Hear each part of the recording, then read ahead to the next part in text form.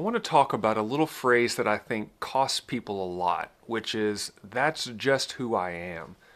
You've probably said some version of it. I'm not a morning person. I'm not a runner. I'm terrible with money. I've always been like this.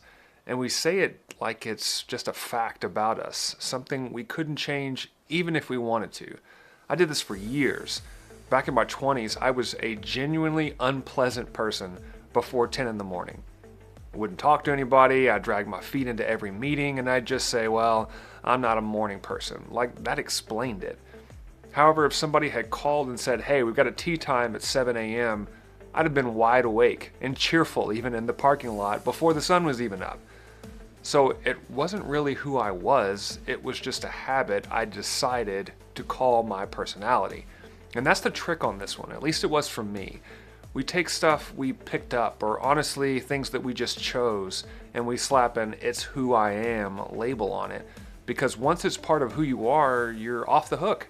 You don't have to do any of the work changing it. And there's a close cousin to this too, which is, it's too late for me to change. I'm too old, I'm too set, I'm too far down the road. But the real truth is that there's actual science in this, is that your brain keeps changing your entire life. It's not just when you're young. You can actually rewire your brain based on what you do over and over. So whatever you keep saying you are is just a story you've told enough times that it feels true. So here's something to try. Take one of those "I'm not a whatever" lines and think about 2 times it wasn't true. So if you say you're not a leader, all right, when's the time you stepped up and it actually worked out? Write that down. You're basically building a little case against your own label that you've identified as. And then pick one little thing the new version of you, the future self version of you, would do, and just try it for a week. I'm not saying you do it forever, just a week. I'm going to be the person that speaks up in the meeting for 7 days, and we'll see. It's a low stakes commitment. I had a friend do exactly this thing.